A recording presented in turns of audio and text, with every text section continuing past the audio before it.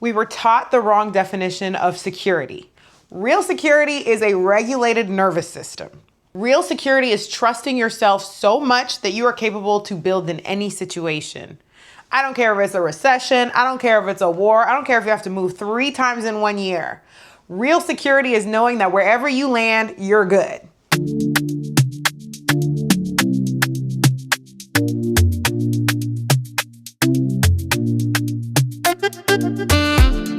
Hi, my name is Arshel Bernard and I am your friendly African wellness baddie.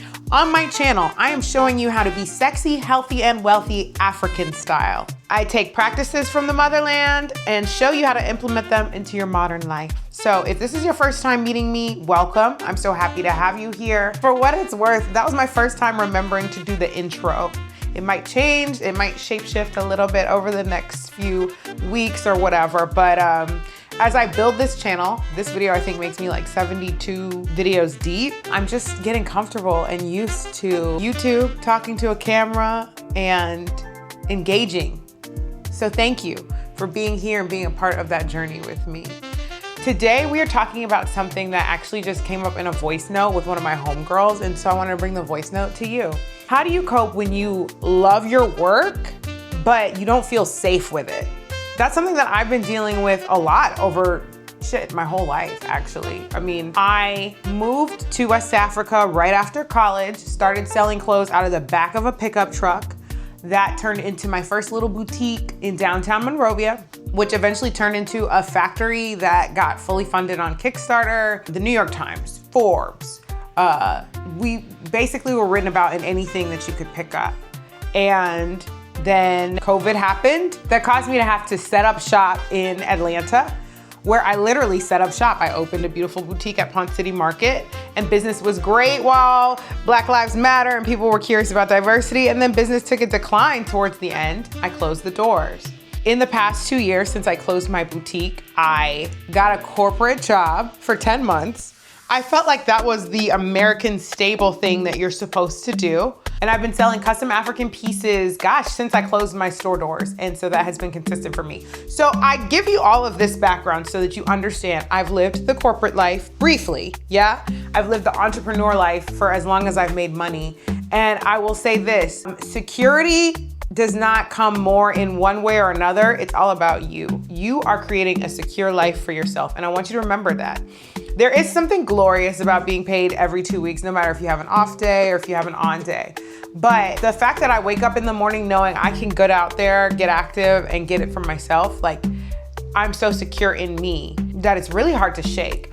So my friend was talking to me about her company that she works at. She loves her work. She loves being in sales. She loves managing salespeople, and her company's getting acquired. And so she doesn't know what that means for her role and what that means for her coming next. And I'm just thinking, the corporate job is what everybody has been sold is the dream for stability. And in truth, like I had the corporate job and a meeting popped up on my calendar and it was like, thank you for your time. And this next person will talk to you about your severance package. Like that's not security, you guys. But when I got off that call, I immediately put on some dresses, shot some content, and I made my salary for the month at least. I replaced my salary for that month in African dresses. I knew I could do it. I knew I could get to it. And so I did. But as an entrepreneur, I love what I do. I love the freedom of my schedule. I've got to be honest. You know that there are some months where business is popping off, right? And then there are some seasons where it's like crickets, okay? That's why the regulated nervous system comes into play, because when things are going well, I have to not take it to my head like, oh, this is how it's going to be forever. And when things are not doing so well, I again have to remember this is not how it's going to be forever. So there was a season where I was booking a lot of people for product development in Africa. And then there was a time just the other day where I had back-to-back calls and I thought I would close some sort of package with each person and nothing. So really working in the professional world becomes, how do I become someone who feels safe no matter the circumstances? I've got 3 ideas behind that. Okay, so we were taught that safety comes from these institutions, right? Schools. You go to school, you get a good education, you get a good job. You get the benefits that come with advancing in your roles. You get the titles. These are stable things. But companies restructure, markets change, businesses close, your feeling of safety can just never depend entirely on something that you can't control. Safety is actually a nervous system skill. It's like manifestation. You can't just say everything's okay. Your body has to actually believe that everything is okay and feel safe. So the constant through lines for me, regardless of what is going on temporarily around me, I always have to feel safe. So in the mornings now, a lot of you guys have watched my other videos, my morning routine. It's simple. It's not long, but I do have a 30-minute morning routine where it's like before I get out of the bed, I'm either putting on Insight Timer or I'm putting on a YouTube morning manifestation and I'm journaling. And I'm trying not to journal a to-do list. I'm trying to journal the hopes and dreams that I feel for my life. And I actually really enjoy that space and experience. So the fact that I know I have that to look forward to every morning, it's like a teddy bear for me. It's like a safety blanket for me. While I'm in the bed, I'm feeling warm because I'm writing out my dreams and goals and visions. And none of this is contingent upon whether I close this sale today or whether I log in for this Zoom call at noon tomorrow. You have to create your systems that are going to hold you and hug you and make you feel safe. So what does that look like for you? For me, it always starts with gratitude, right? When I get that first glass of water in the morning, I am going to the fridge and the fact that I can go to a fridge and put the glass there and water comes out. I don't think you guys realize how rare that is in the world. I live in a world where some people don't even drink fridge water. They're like, oh, only bottles. And we live in a place that you can drink water from the tap. It's potable. Like I've existed in places where people weren't able to do that. I can have my water whatever temperature I want it to be. Cold, ice cubes, cold. Do I want a room temperature water? Like, I know these sound like basic things, but I need you to recognize the safety that you have if you have these privileges, right? Because I've lived in the poorest of the countries. So I know that if I get to wake up and choose my water, I'm a lucky girl. So the first thing is to acknowledge the systems around you that make you feel safe. Is that the first thing? I think I already said something was the first thing. The second thing is to acknowledge the systems around you that make you feel safe. That's how you know this is unscripted, okay? Because I can't keep count. The next thing I want you to do is to build multiple sources of security. Build your skills. Grab the skills that you've learned at that job. Let's take inventory of the skills that you have. Are there ways that you can diversify your income from these skills? And I know that sounds like such a, oh my God, diversified income, streams of income, sources of money, blah, blah, blah. It sounds overdone, but actually safety is having a savings account. In a capitalistic world, let's be practical and let's think for real. For me, I knew that I could sell dresses. I knew that I could help people develop their products. I know that I could go work somewhere and do supply chain work. These are things that I know for myself. So in what ways am I using all of these skills to enrich my life and provide security for myself? Instead of relying on one paycheck, can you rely on relationships to lead to other clients, your personal brand to lead to products that you can sell? What are your investments looking like? I don't think we live in a world where you can have simply one stream of income. I mean, it really just depends on the kind of life that you want to live, right? Like my mom is happy with her job. She's also of a different era and generation in life. She has a good portfolio. She has a good savings. I also think people are running toward ideas that are very low lift, like people want to make money easily. To be honest, the things that are paying off for me now, I set them up a year ago, right? So if we're looking for fast money, super quick, like that's not really the way forward. I'm not seeing that as an opportunity for a lot of people. Sure, some people get lucky, but I'd rather be strategic than expect luck to be on my side all the time. I create my own luck through strategy. So what seeds can you plant right now? This is number 3. What seeds, is it? No, it's actually number 4. You guys, okay, I'm just gonna throw out these nuggets, forget counting. What seeds can you plant right now that will bloom and blossom in the future when you need that safety and security blanket? Because I don't think putting them off is going to make it better for you. You may be thinking, sometimes like me, I'm like, gosh, I need a win. I need a quick $2,000. I just need $2,000 to fall into my lap. I need a quick, well, more recently, the $2,000 has been falling into my lap because of seeds that I planted this time last year.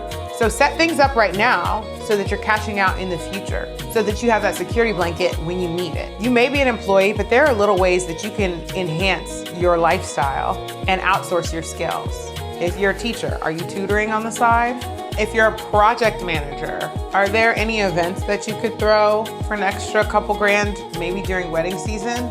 If you're already in a flow state at your job, what are the ways that you are beefing up your resume so that if anything should happen, you're good, you have something else to fall back on? And also, what are the other ways that you're saying, you know what, I do have this extra time, I do have this extra energy, let me turn that into something that I might be grateful for in the future. Somebody that I know received a gift of $10,000 a decade ago. They put it in an account. Now that $10,000 is $28,000. Your skills can compound the same way. The actions that you choose today can really benefit you in the safety and security category of your life in the future. So don't sleep on that. I like to organize things in little mental buckets. I want to spend time on something that's going to pay off this week. I want to spend time on something that's going to pay off next quarter. And I want to spend time on something that's going to pay off next year. So the buckets for me may look like, today I'm going to shoot some content, post some pictures, and engage some clients so that I can sell a couple dresses.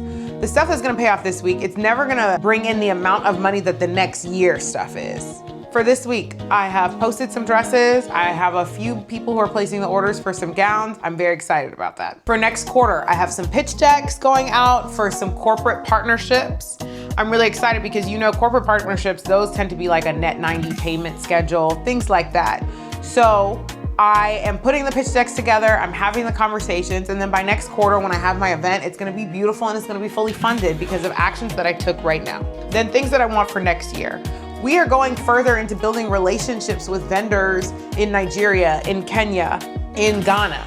I'm creating more. I have a clearer picture of where I want my brand to go. That way, this time next year, I'm not just sourcing and manufacturing for people, but I am doing the full stack of supply chain. I am that girl if you want to enter Africa. If you want to produce on the motherland, I am that girl to know. So it's all connected. Just make sure you schedule time in your week to focus on this week, the next quarter, and the next year. I promise you, you will feel safety and security when you take the reins on your life just like that. The last thought I have for you is you have to think about your identity over the outcome.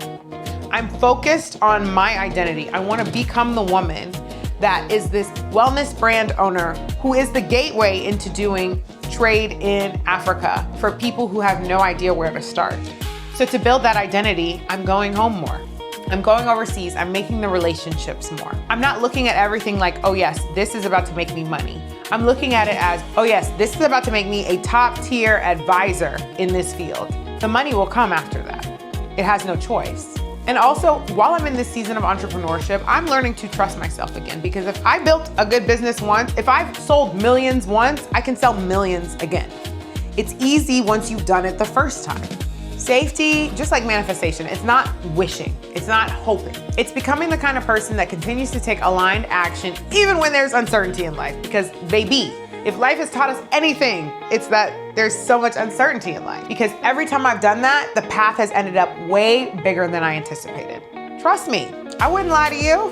If this message spoke to you, I want you to go ahead and do one little thing for me, subscribe. I would love to see 1,000 subscribers very soon. Honestly, my goal is 10,000 subscribers by the end of the year. Where is your girl at? 500. Am I producing videos as if I am a 100,000 subscriber YouTube creator? Absolutely. Because why? Because the identity is more important to me right now than the outcome. I'm gonna practice what I preach, okay? So go ahead and subscribe. If you've made it this far, then clearly something in my message resonates with you, and I've got a whole bunch more where that came from. And I believe in you. I think you can do the really hard things. I think you can do the really big, great things. And I want to be there, always cheering you on in this journey. So I look forward to seeing you in the next video. And leave me a comment below, actually, and let me know how you are creating security and safety for yourself after watching this video. I want to cheer you on, okay? So go ahead and do that as well. So 2 homework assignments. Hit subscribe, leave me a comment, and let me know how I can support you. I love you. See you in the next video.